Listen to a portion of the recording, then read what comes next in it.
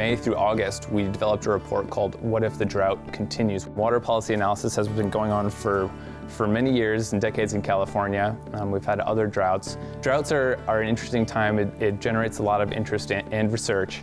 And what people are talking about is the fact that along with having sort of limited precipitation and scarcity of precipitation, we've also had very high temperatures relative to the history of recorded temperatures in California. There are just over 200 public drinking water systems in Los Angeles County. Most of these systems are dependent on multiple sources of supply, and most of them are reliant on Metropolitan Water District. There's been some pain in the agricultural sector.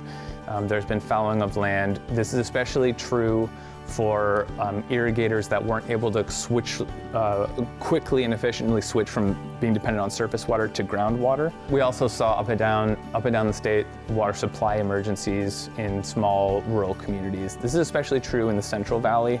The good news is that the urban water sector actually did really well, has done really well so far, I should say. Part of this, as we'll see, is thanks to response to previous droughts, planning, and continued investment. Conservation programs, as I mentioned, are also a great expense for a lot of these water utilities, and you know, some of those are being viewed in terms of whether or not they can be scaled back. We looked at what some of those projects were: building storage, diversifying water supply portfolios, investing in demand management. And you know, I think if you asked any of these general managers of these systems, they'd say that, you know, they had to take an all-of-the-above approach. The conveyance of Northern California water to Southern California and the Central Valley is precarious at this point.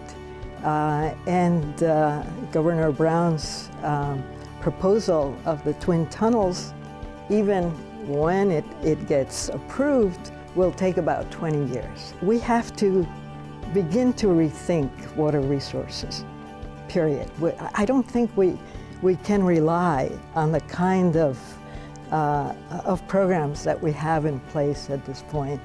I think we will have to deal with the issue of property rights, I mean water rights. It is important that the general managers and staff, you know, have the ability to think forwardly. This is really the moment for water policy to make some big waves.